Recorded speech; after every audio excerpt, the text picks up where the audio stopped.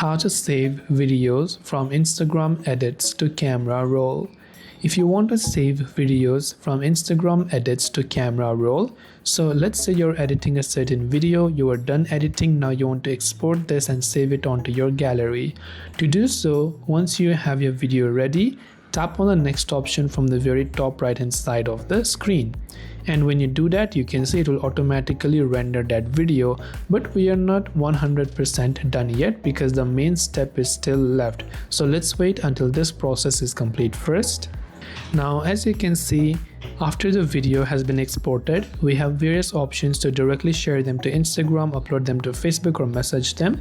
But since we want to save this to our camera roll, we will tap on this download icon right here from the bottom. So when we tap on download, the video will actually get saved to our camera roll, which is our gallery, and you'll be able to find the video from your particular gallery. This way you can save videos from Instagram edits to camera roll.